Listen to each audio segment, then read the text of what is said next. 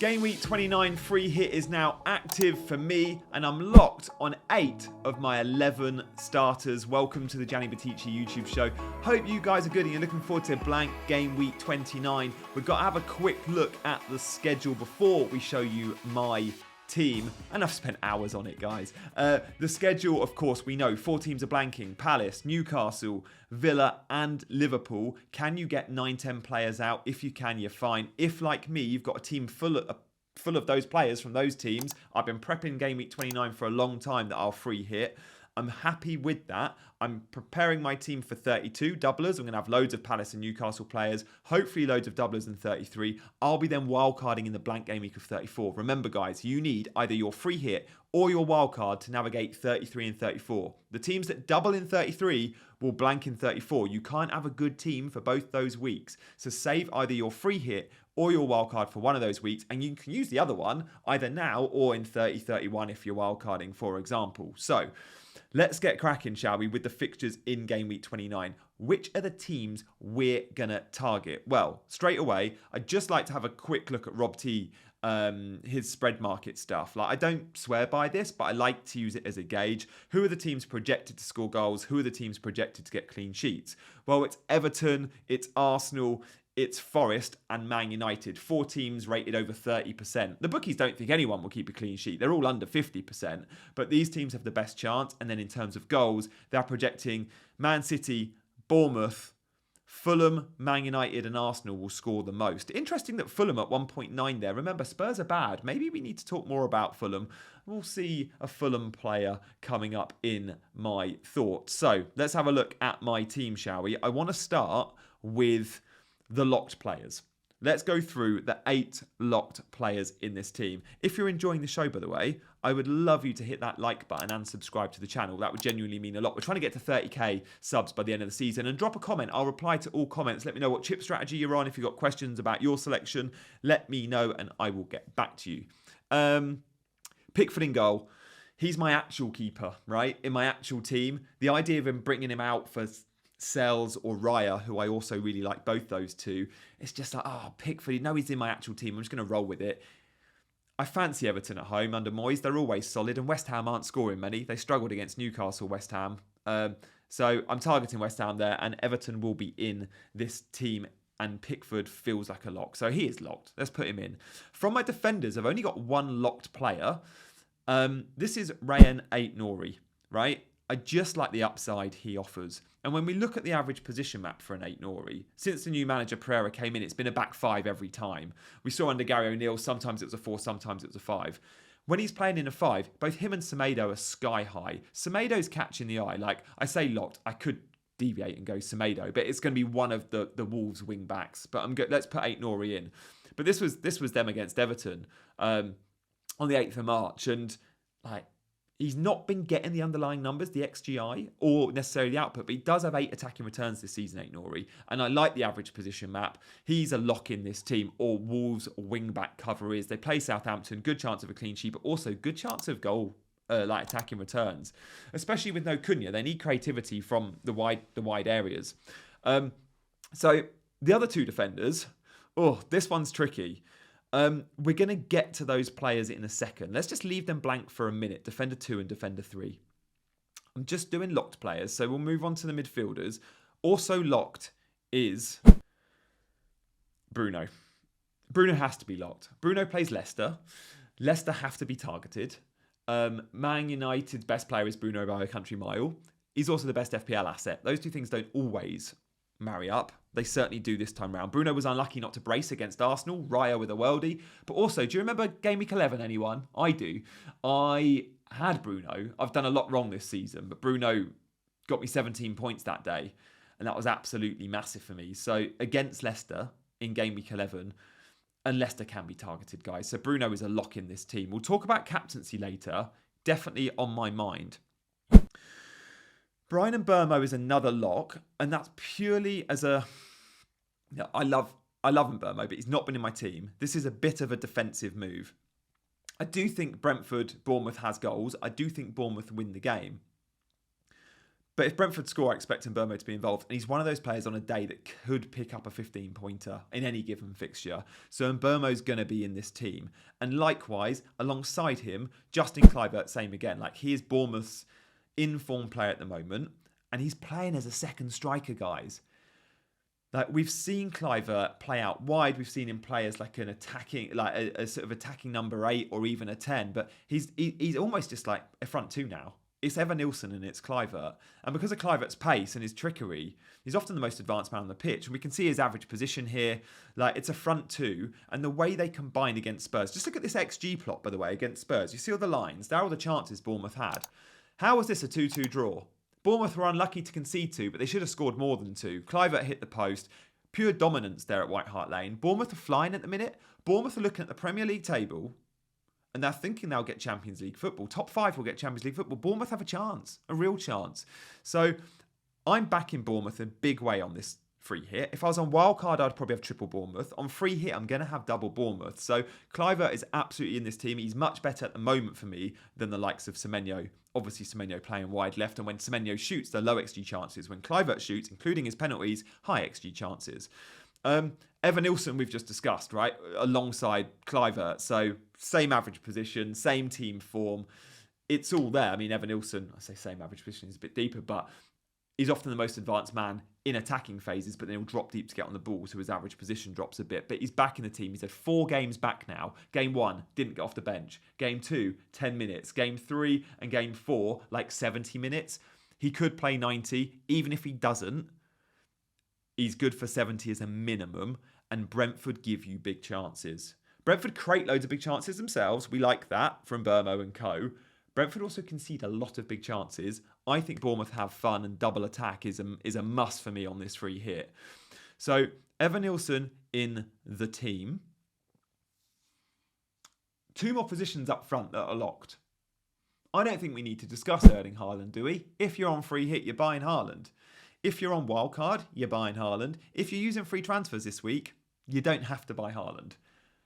But he does have Leicester in 30. But for free hit, which is all that matters right now, I just see him as a legit captaincy option. Brighton will have a go. Haaland's going to get chances. There's no Champions League for Man City either. They get the full midweek. We haven't seen the benefit of that yet. We're going to start to see the benefit of that now for the run-in. No Champions League, full week on the training ground. I think City are about to look a little bit better. Although I've been saying that for a while, so who knows? And then Chris Wood. Like, obviously Chris Wood is Ipswich. Do I double up on the Ipswich attack? Morgan Gibbs-White is on my mind, but I don't see a big ceiling there. I see Forest winning 1-0. That is what they've been doing. And Wood gets the goal, and it's a 9-pointer because he gets 3 bonus points. So Wood's going to be in this team. Wood could be the most owned player or the most owned captain, the highest EO of the game week so far, Wood. I wouldn't be surprised if he is. So that's where I'm at with 8 locked players. But I've still got a midfielder, of which I'm considering 4 players. I'm going to run through them in a sec. And 2 defender spots, of which I've got 4 that I'm considering. And I've got 2, so 50% of them will make the cut.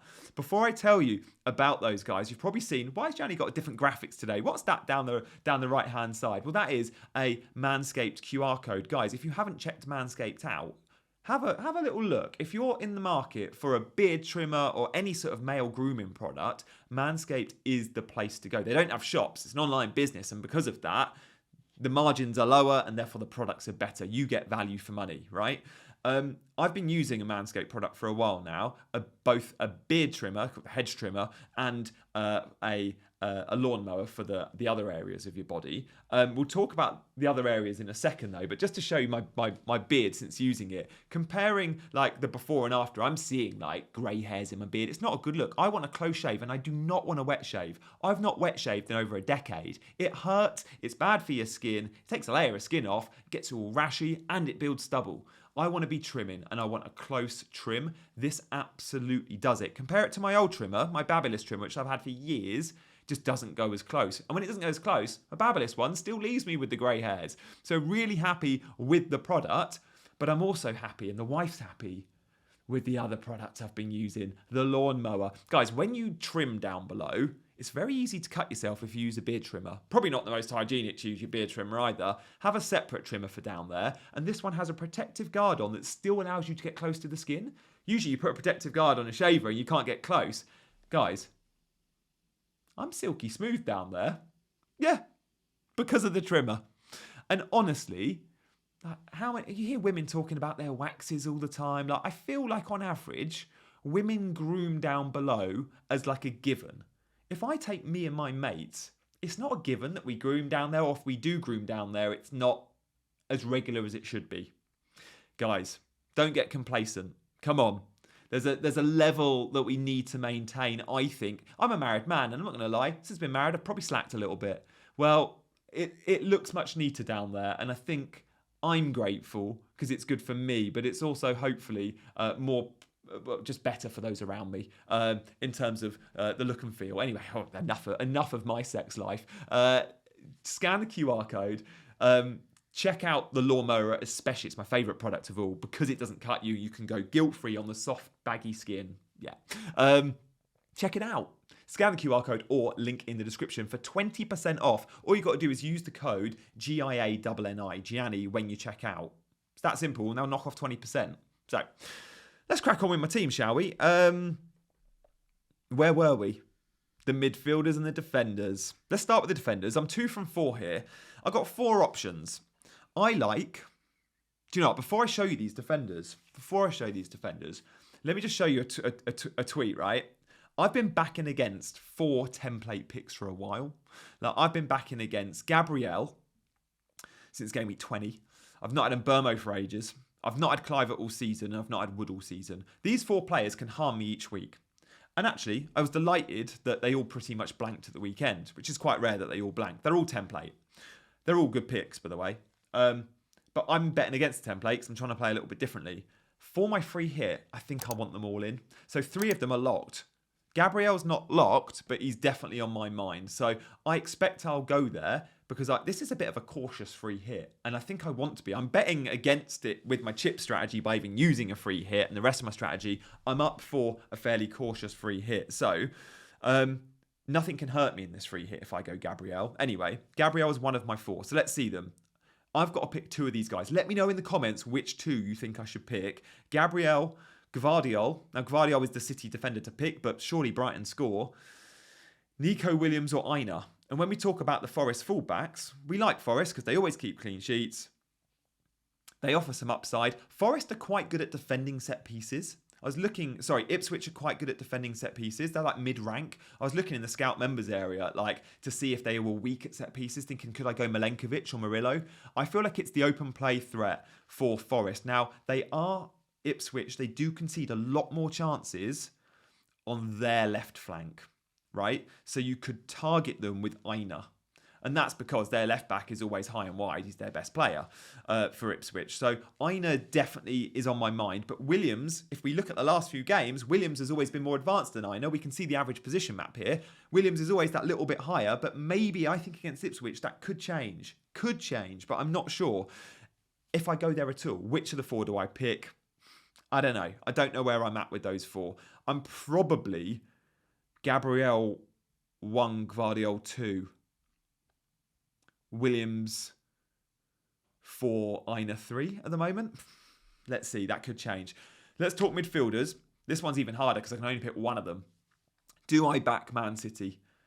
Do I back a Man City punt? Now, we might get a leak on Man City, guys, because the kickoff is 3 o'clock for Man City and the deadline's 1:30 for once this game week. And we often get City leaks. If we hear Foden or Kevin De Bruyne are starting, look, Foden should start. De Bruyne hasn't been starting, but if we hear he is, I'll definitely punt De Bruyne. He'll be my number 1 if I hear he's starting. If not Foden, I'll be tempted with. But I also like Garnacho and Smith Rowe. I'm not going to go for a Forest midfielder. Elanga, Hudson-Odoi, Gibbs-White, they're good. But Wood, I think, is enough there. I just don't like the ceiling necessarily for Forest. But Garnacho and Smith Rowe, Garnacho, let's see. I mean, it's so punty. He gets the chances. He just doesn't often convert them. And Smith Rowe is target Tottenham. Tottenham play Thursday night. Are they going to be tired? Fulham bounce back from defeat to Brighton. Smith Rowe playing against Arsenal. Against Spurs. Remember, he's an Arsenal boy, Smith Rowe. So is Iwobi. I could consider him. I just think Smith Rowe's got that sniff for a goal and he'll be motivated to play Spurs. And Fulham at home, I fancy them to score a couple against Spurs, who I think will be quite leggy. So Garnacho, Smith Rowe for their opponents, and then Foden, De Bruyne for the fact that on any given day they can go big. Where am I at with those? Oh, I think De Bruyne, if I hear he starts, is number 1. Foden maybe 2. Smith Rowe 3, Garnacho 4, maybe. I've just realised with my defenders, guys, I didn't mention Dalot. Dallow's definitely on my mind. Do you know what? Let's go back to that defender graphic and just change. Let's change Williams with Dalot. I don't think I'll go Nico Williams. I think Dallow's definitely on my mind because look, Leicester don't score. Anyway, back to the rest. We got to rank captains, haven't we? So look, I know what we'll do. We'll go back to my 11. I'm going to chuck 2 defenders in with big question marks on them. I'm going to stick Dalot in, who could be Mazraoui. So let's go Dalot number 2. And then defender number 3, let's go Gabriel. It means no Forest defender and no Guardiola, but whatever. And then midfield, let's just chuck in De Bruyne and Foden, because it's just a Man City midfielder, one or the other. Don't know. It's got to be from the league. But now we've got to talk captaincy. How do we rank captaincy? Well, again, I think there's 4 candidates here. 4 candidates who are all locked in my team, I might add. Guys, if you're enjoying the show, by the way, do show some love with that like button, but also subscribe. So look, how am I ranking these 4? Is it Kluivert? Is it Haaland? Is it Wood? Is it Bruno? I don't know. I think I rank them Kluivert. No, I rank them Haaland 1, Bruno 2, Kluivert 3, and Wood, because I think the ceiling is lower, although he has had a 17-pointer not long ago, I'm going to go Wood 4. But Wood, I think, will be the most owned. So that's where I'm at with captaincy. At the moment, it's Haaland, Bruno close second, Kluivert 3, Wood 4. Guys, on your way out, hit the buttons, and I'll see you for another video very, very soon. Bye-bye.